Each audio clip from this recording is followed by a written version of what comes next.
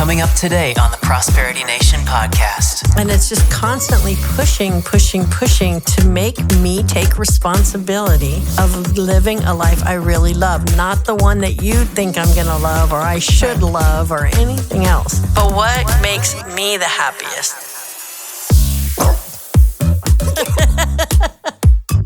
Welcome to the Prosperity Nation podcast. I'm Angie. And I'm Elise. And you know what?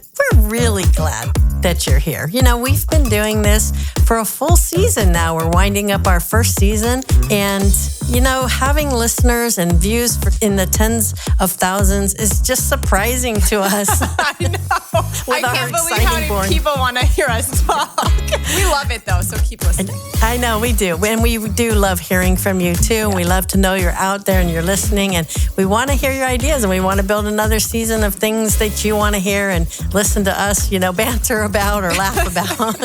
Because, you know, it's all about making finances fun and, you know, being able to confront things and just make it easier on us, you know? Hey, you know what? That just reminds me of something totally different. Okay. What is it? Do you know what happened the other day? 2 days ago. Do you know what happened to me? I was walking to my office and I almost got attacked. What? Yeah, I'm serious. Like this by guy. By a bear? Like, a person?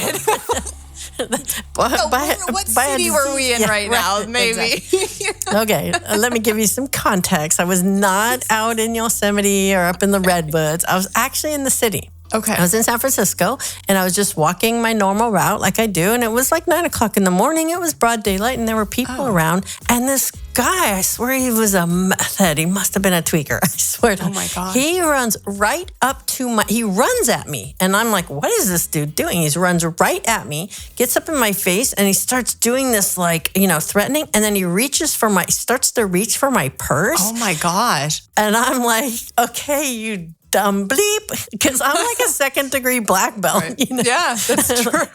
They don't know who they're messing with right now. Right. But, you know, all my self-defense tricks that I used to teach women worked. That's and so it cool. is the very basic thing of just putting my hand out, standing strong, looking him right in the eye and said, back off. That's amazing. And I'm so glad he backed off because that hand was going to go right into his throat and I didn't want to have to do that. Oh, that's so funny. That's crazy. I know.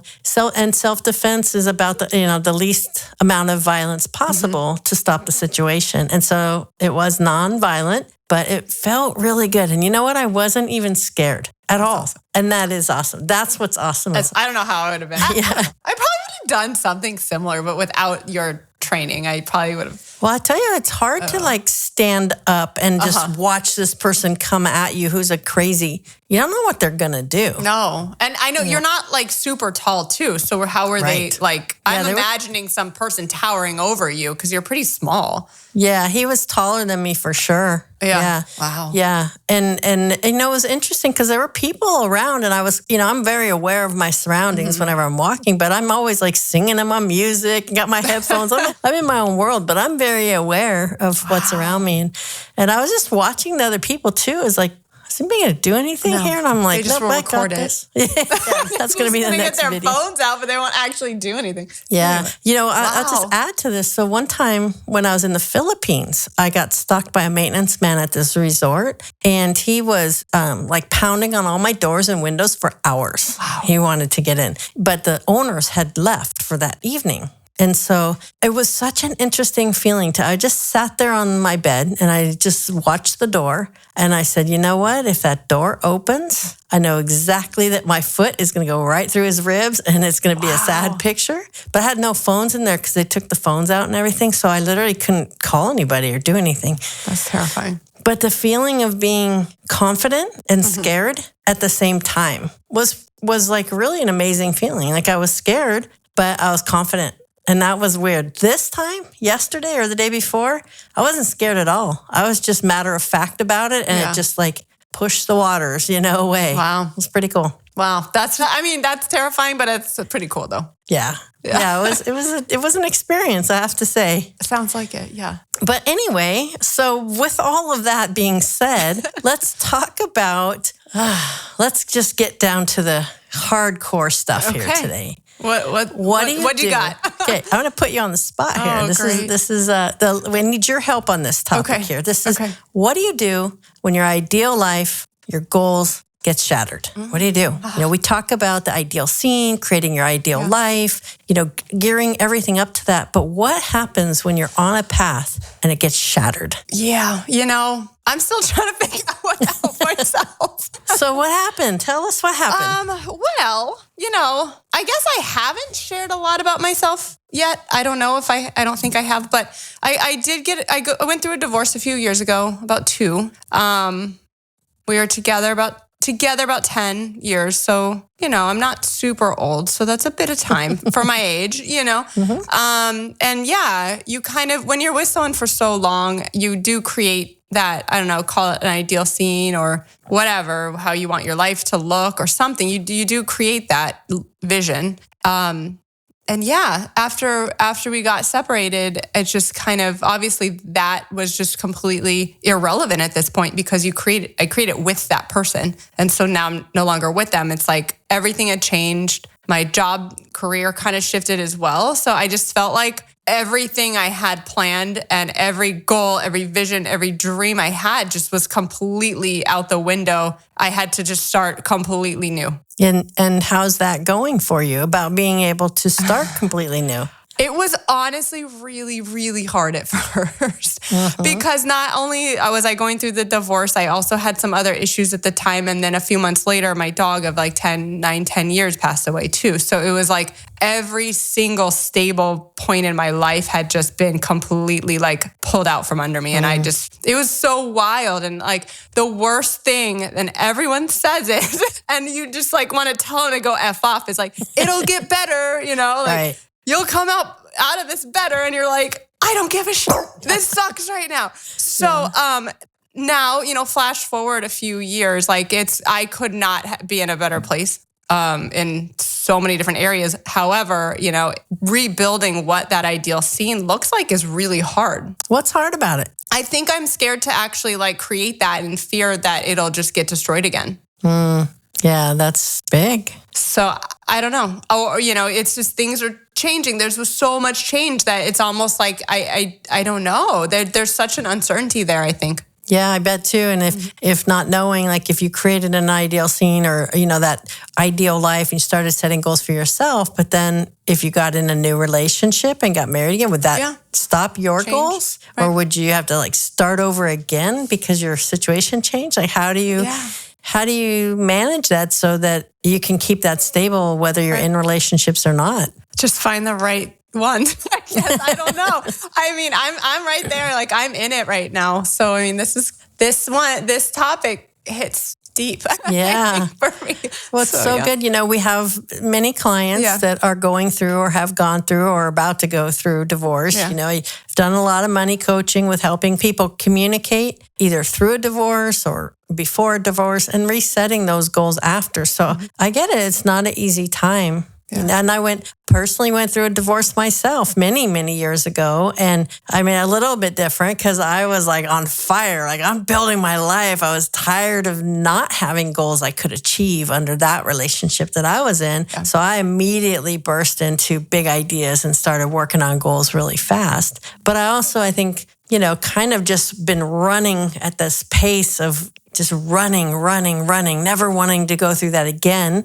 In kind of an odd way, not really defining, but just more of like still running not to have that happen rather than running, what am I running toward now? Yeah, well, I think it's interesting because, everything that I went through, I definitely did have goals. Like, I wouldn't say I didn't. I've done a lot, in the last few years. But when we're talking the ideal scene, that is somewhere where I haven't actually stopped to really create. Like I've done a lot of stuff actually looking back in the last 2 years, and I have set a lot of goals, but I haven't actually said this is what my ideal scene is. And this is how I want my life to look like. I have an idea, but it's not anything that I ever put a lot of thought into and, put in writing, Yeah. Well, it shows up when we ask the question, what do you want? Yeah. And you struggle with that just like 95% of everybody else struggles with what do you actually want? I'm just as guilty. Yeah, because prosperity as we define it is flourishing as a person and financially.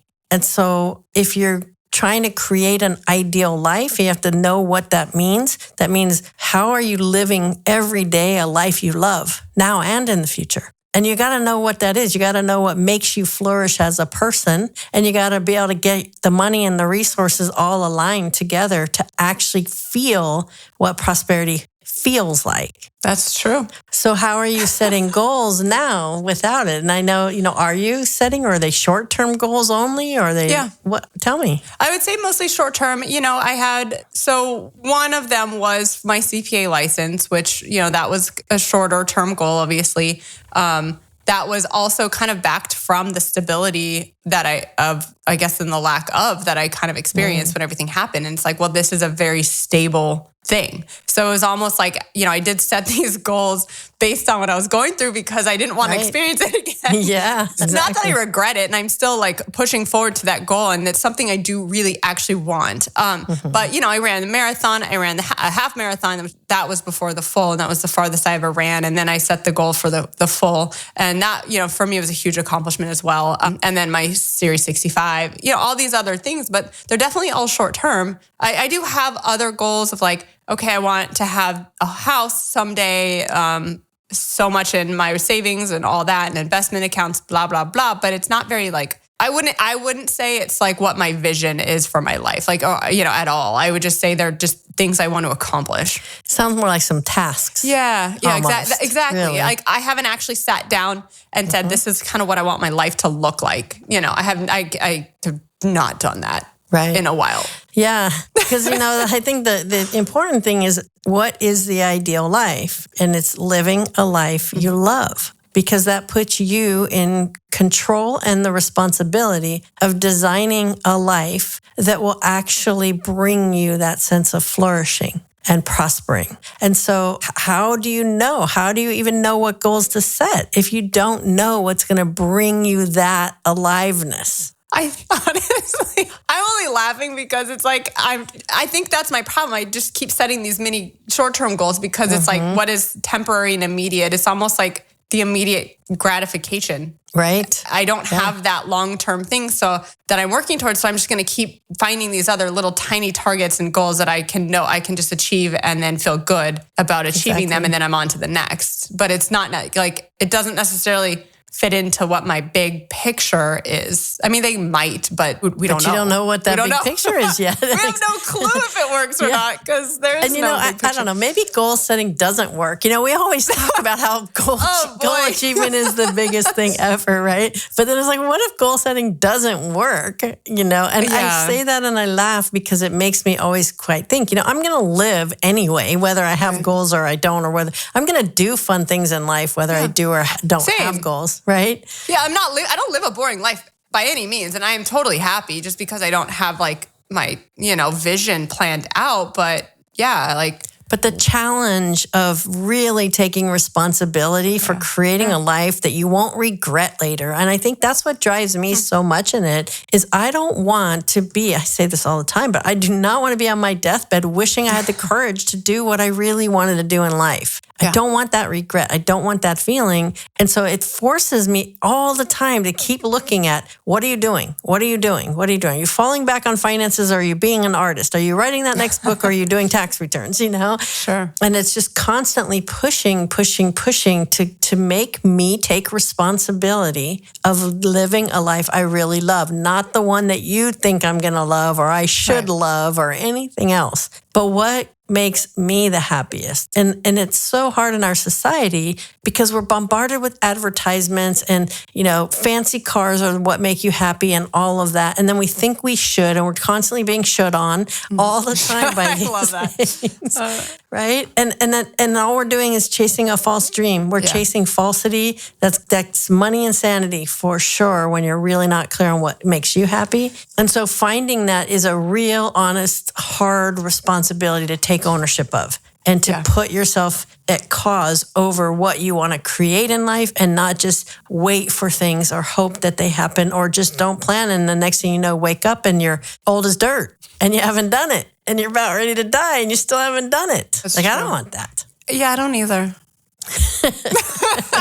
Well, I'll tell a little story about, I don't want to be stereotypical. This just happens to happen to the women clients I've worked with in the past. Okay. But I've seen it to where there's this hope for this knight in shining armor to come and save your day and save your finances. So you don't have to worry about if you're maxing out all your credit cards or, not earning any money and still overspending because, someday you're going to find this guy and he's going to totally pay it all off for you and support you. Or the other side of it is having us God will take care of me. Yeah. God will protect me. And believe God's I'm plan or whatever, whomever's plan. I'm a totally spiritual person. Everybody who knows me knows I'm very, very spiritual person. And I totally know that God's got a plan and all that stuff. However, there is an excuse that's used when it comes to money around that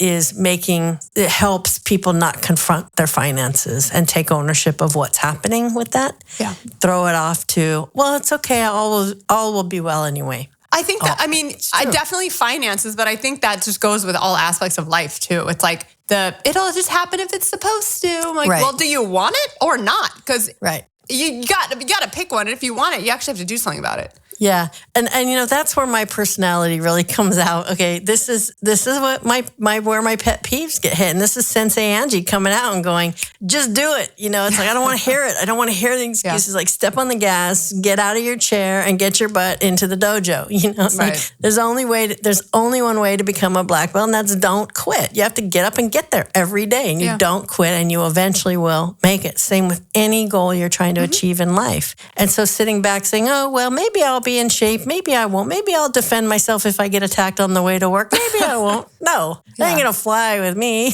No, it's good to think like there is that higher power taking care of you, but you still need to act on it, of whatever it is. Well, I think that's what makes us come alive. I think if we get to the bottom line of it, we're alive as people when we set our eyes on something and we have the challenge of figuring out and working through the hard parts and the reward when you get there. It's like the marathon. Nobody would ever rightfully just get up and run a marathon, but the challenge of working through it and the pains and the knees and the backs and all that stuff that happens. All of the above. Get all the way to the end. Yeah, there's like a human part that wants challenge, wants to achieve things. Yeah, I would agree with that. I think, I don't know. I think it's good to have those goals and challenge. And I think for me, it's just hard. And I think a lot of people can relate, just when you go through something and you get almost the rejection, not rejection, but it is a rejection in a way.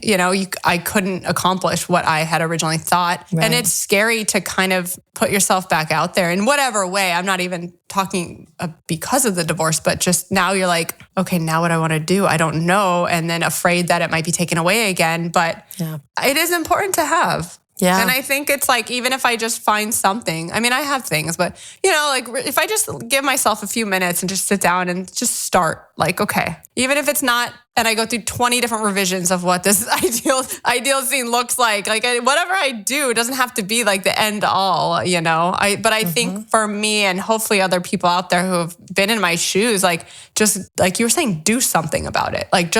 Start, just even if it's one sentence of what I want, the ideal scene to be. Exactly. Start with something small. What's the ideal scene for this month? Yeah. If that's what you can do next that. Year. Whatever.